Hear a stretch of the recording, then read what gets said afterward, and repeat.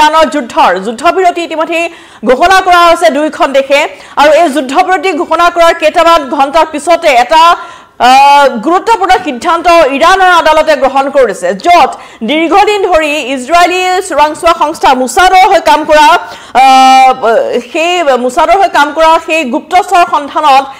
ইৰানৰ চৰকাৰে বা ইৰানৰ প্ৰশাসনে যি এটা ব্যৱস্থা গ্ৰহণ কৰিছিল আৰু ইতিমধ্যে বিগত বহুদিন ধৰি য'ত ইজৰাইলী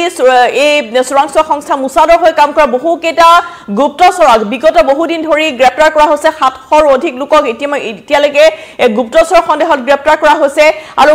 কালিৰ দিনটোত ইৰানৰ আদালতে এটা গুৰুত্বপূৰ্ণ সিদ্ধান্ত গ্ৰহণ কৰিছে য'ত ইজৰাইলী চোৰাংচোৱা সংস্থা মোছাদৰ হৈ কাম কৰা ইজৰাইলৰ 3টাকৈ গুপ্তচৰক ইতিমধ্যে গ্ৰেপ্তাৰ কৰি চৰম শাস্তি প্ৰদান কৰা হৈছে অৰ্থাৎ মৃত্যুদণ্ডৰ শাস্তি ঘোষণা কৰিছে ইৰানৰ এখন আদালত এটা গুৰুত্বপূৰ্ণ ৰায় প্ৰদান কৰা হৈছে য'ত ইজৰাইলৰ 3 গুপ্তচৰক মৃত্যুদণ্ডৰ শাস্তি দিছে ইৰানৰ আদালতে এই গুপ্তচৰসকলে ইজৰাইলী চোৰাংচোৱা সংস্থা মোছাদৰ হৈ কাম কৰিছিল ইৰানৰ সকলো সেই পাৰমাণৱিক কেন্দ্ৰ ক'ত আছে তেওঁলোকৰ সেনা বাহিনীৰ ঘাটি ক'ত আছে সেই সকলোবোৰ তথ্য ইজৰাইলক যোগান ধৰি আহিছিলে গুপ্তচৰসকলে যাৰ ফলত এই পাৰমাণৱিক কেন্দ্ৰত আক্ৰমণ বা সেনা বাহিনীৰ বা সেনাৰ যি ঘাটিত সেই আক্ৰমণ ইজৰাইলৰ বাবে যথেষ্ট সহজ হৈ পৰিছিল গতিকে এনে ধৰণৰ কেতবোৰ চোৰাংচোৱাই এনে ধৰণৰ কেতবোৰ গোপন তথ্য ইৰানত থাকি ইৰানৰ মাটিবায়ু সেৱন কৰি সেই গোপন তথ্য ইজৰাইলী চোৰাংচোৱা সংস্থাক প্ৰদান কৰি আহিছে যাৰ ফলত এই 3 গুপ্তচৰ বিৰুদ্ধে কঠোৰ হৈ পৰিছে ইৰাণ আৰু 3টাকৈ গুপ্তচৰক ইতিমধ্যে মৃত্যুদণ্ডৰে শাস্তি বিহিছে মৃত্যুদণ্ডৰ শাস্তি দিছে ইৰানৰ আদালতে সেই 3 গুপ্তচৰৰ হৈছে ইদ্ৰিছ আলী আসাদ হুজাই ৰসুল মহম্মদ ৰসুল এই 3টাকৈ গুপ্তচৰক মৃত্যুদণ্ডৰ শাস্তি বিহিছে ইৰানৰ আদালতে আৰু 3জন লোকৰ ইৰানৰ ইজৰাইলী চোৰাংচোৱা সংস্থা মোছাদৰ সৈতে থকাটো প্ৰমাণ হৈছে তথ্য প্ৰমাণ পোৱাৰ পিছতে এই 3টাকৈ গুপ্তচৰৰ বিৰুদ্ধে এনেদৰে কঠোৰ শাস্তি গ্ৰহণ কৰা হৈছে লগতে ইৰানত সংঘটিত যি হত্যাকাণ্ড সংঘটিত হৈছে সেই হত্যাকাণ্ড কৰাৰ বাবে অস্ত্ৰ-শস্ত্ৰ যোগান ধৰাৰ অভিযোগ উঠিছিল তেওঁলোকৰ বিৰুদ্ধে তেওঁলোকে কেৱল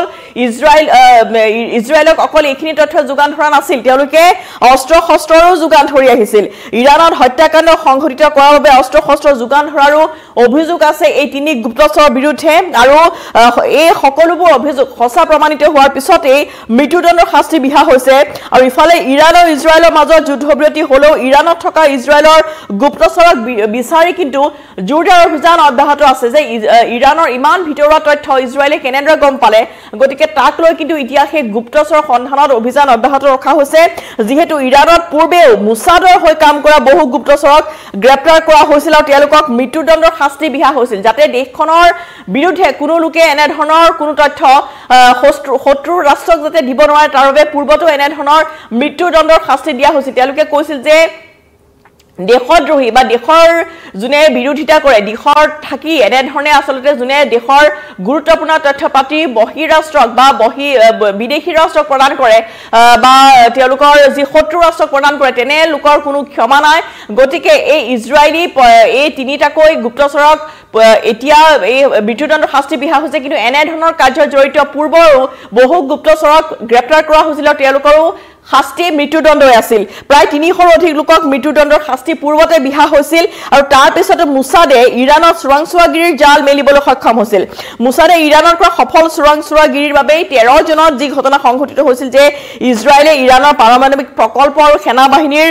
ঘাটি আক্ৰমণ কৰি ট্ৰাক সৃষ্টি কৰিবলৈ সক্ষম হৈছিল সেই ঘটনা 13 জনত সংঘটিত হৈছিল আৰু সেই 13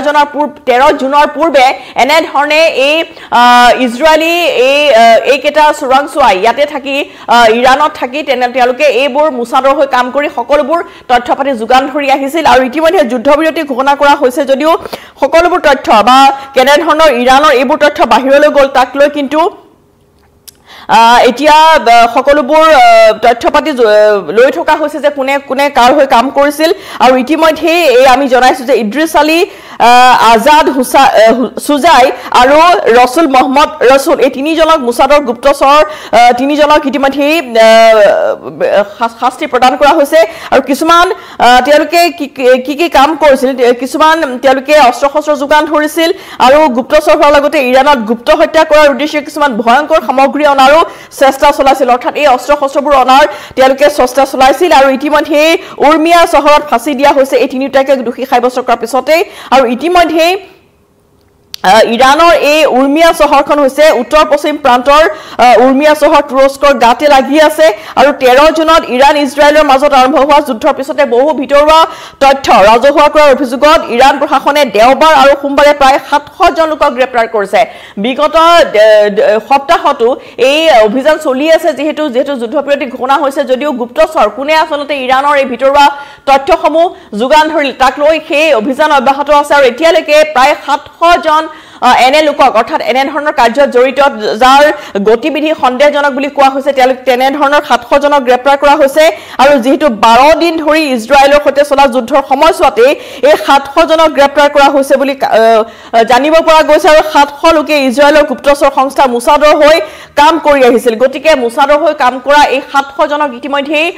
গ্ৰেপ্তাৰ কৰা হৈছে আৰু ইয়াৰে যি সকলৰ বিৰুদ্ধে তথ্য প্ৰমাণ পোৱা গৈছে উপযুক্ত তথ্য প্ৰমাণ সেই তিনিজনক ইতিমধ্যে ইদ্ৰিছ আলী আজাদ হুজাই আৰু ৰসুল মোহাম্মদ ৰসুল এই তিনিজনক ইতিমধ্যে মৃত্যুদণ্ডৰ শাস্তি বিহা হৈছে যাতে কোনেও নিজৰ দেশৰ যদিবা ইজৰাইলী চোৰাংচোৱা সংস্থাৰ সৈতে লোকে কাম কৰিছিল গতিকে এনে ধৰণৰ শাস্তিৰ জৰিয়তে এটুকেই ইৰাণে ক'ব বিচাৰিছে যে আমাৰ দেশত থাকে এনে ধৰণৰ দেশদ্ৰোহিতা কৰা বা ৰাষ্ট্ৰদ্ৰোহী কাৰ্যকলাপ কেতিয়াও ক্ষমাৰ যোগ্য নহয় পূৰ্বতেও যেহেতু 300ৰো অধিক লোকক এনে ধৰণৰ মৃত্যুদণ্ডৰ শাস্তি বিহা হৈছিল গতিকে এই কাৰ্যৰ জৰিয়তে বা এনে ধৰণৰ শাস্তিৰ জৰিয়তে ইৰাণে পুনৰবাৰ এই কথা স্পষ্ট কৰি দিব বিচাৰিছে যে কোনো ধৰণৰ চোৰাংচোৱা সংস্থা ইয়াত বৰ্তিব নোৱাৰিব মোছাদৰ হৈ কাম কৰা এই সকল লোকক ইতিমধ্যে মৃত্যুদণ্ডৰ শাস্তি বিহা হৈছে আৰু বাকি 700 জনৰ ওপৰত এনে ধৰণৰ আইনী ব্যৱস্থা বা তেওঁলোকৰ বিৰুদ্ধেও সেই তদন্ত অব্যাহত আছে গতিকে এনে ধৰণৰ ভিতৰুৱা তথ্য যোগান ধৰাৰ অভিযোগত আৰু যিসমূহ অস্ত্ৰ শস্ত্ৰ বেআইনীভাৱে তেওঁলোকে লৈ আহিছিল ইৰাণৰ লৈ তাৰ অভিযোগত ইতিমধ্যে বা উপযুক্ত তথ্য প্ৰমাণ পোৱাৰ পিছতে এনে ধৰণৰ শাস্তি বিহা হৈছে তিনিজনকৈ মোছাদৰ হৈ কাম কৰা গুপ্তচৰক আৰু এই সিদ্ধান্তৰ পিছতে এতিয়া ইৰাণ আৰু ইজৰাইলৰ মাজৰ যদিওবা এই যুদ্ধৰ অৱসান ঘটিছে যুদ্ধ বিৰতিক তেওঁলোকে ঘোষণা কৰিছে যদিও এনে ধৰণৰ কিন্তু গুপ্তচৰ বিচাৰি ইৰাণে বিভিন্ন প্ৰান্তত অভিযান বৰ্তমানেও অব্যাহত ৰাখিছে